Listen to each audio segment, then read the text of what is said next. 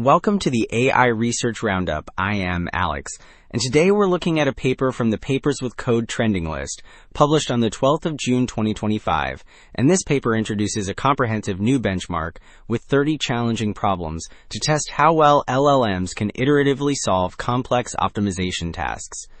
The paper is titled APT Bench, Evaluating LLM Agent on Large-Scale Search Spaces Optimization Problems. So, researchers have noticed that while LLMs are great at many things, we haven't really pushed them on tasks that require trial and error. Learning from past mistakes to find the best possible solution. To address this, they've created OPT Bench. It's a set of 20 real-world machine learning problems from Kaggle, and also 10 classic NP problems. These NP problems are a class of famously difficult problems in computer science, where finding an optimal solution is incredibly hard. But checking if a solution is correct is relatively easy. They also built a framework called OPT Agent to systematically test different LLMs, seeing how they improve over multiple attempts. And as well, the results show that giving these models a memory of their past tries makes a huge difference. And for anyone who wants to try this out, the authors have released all the code for this work on GitHub. Their repository contains the complete OPT Bench and the OPT Agent framework. It also includes example tasks for both the machine learning and the NP problems we discussed, plus the scripts to run the experiments for yourself. Alright, so this first figure gives us a great visual for how this all fits together. On the left, we see the OPT Bench itself, showing how they prepared both the machine learning problems and those really tough NP problems, using a mix of human verification and I helped to create the tasks. Then, on the right, we see the OPT Agent's workflow. The agent drafts a solution. If it's valid, it's scored. But if it's buggy, it gets an error analysis and goes into a think and optimization loop to try again. This iterative process is really the core idea here. Okay, and this figure gives us a much more concrete look at the two types of tasks we've been talking about.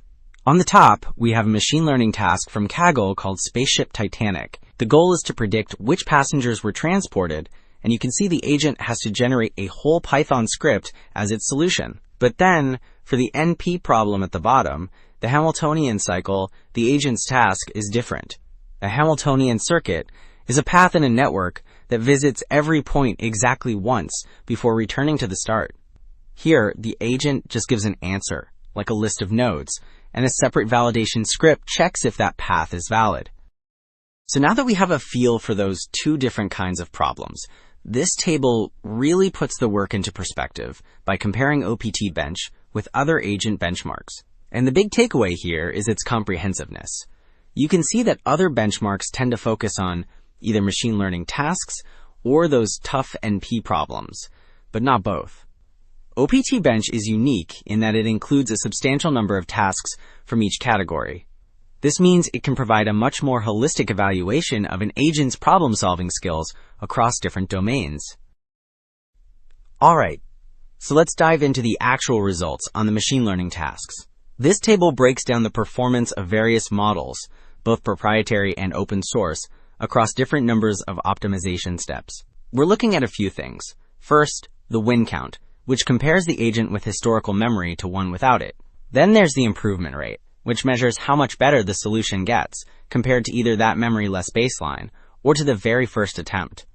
And what's clear is that more steps generally lead to better solutions. After 20 steps, GPT 4.1 shows a huge improvement over the baseline. It's also great to see the open source model, QN 2.572b Instruct, doing really well on the win count. Okay, so we saw how more optimization steps can improve performance. But another key factor is how the agent generates its new ideas in each step. This table explores that by looking at a setting called temperature. Now, temperature in an LLM basically controls randomness. A low temperature means the model gives more focused, predictable answers, while a higher temperature encourages more creative and diverse solutions. And what's fascinating here is that there's no one-size-fits-all answer. GPT-4o performs best at a temperature of 0, being very deterministic, while the open-source QN 2.572b Instruct model gets its best results at a high temperature of 0.8, showing more creativity is better for it. Now let's turn to the NP problems and see if that same pattern with temperature holds up. This table shows the results for those computationally hard tasks, like the Hamiltonian cycle problem we saw earlier. And what we find is really interesting. It's a very similar story. GPT-4o again performs best with a low focus temperature of 0, securing the most wins in that setting.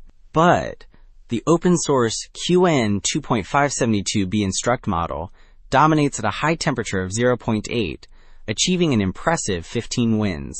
This confirms that the optimal level of randomness is model-specific, not task-specific. So moving beyond just the temperature setting, this table gives us a broader look at performance on those NP problems across a range of models. We're looking at win count and rank again, but there's also a new metric, buggy rate. This basically tells us the proportion of tasks where the model just failed to produce a valid answer, and the standout results is, surprisingly, GPT-03 Mini. It consistently gets a high win count and the best rank. What's most impressive is its buggy rate. With historical memory, it's 0, but without that memory, it's much higher. This really shows how much the OPT agent framework helps. It's really fascinating to see how a framework like OPT agent can turn even a smaller model into a top performer on these incredibly complex problems.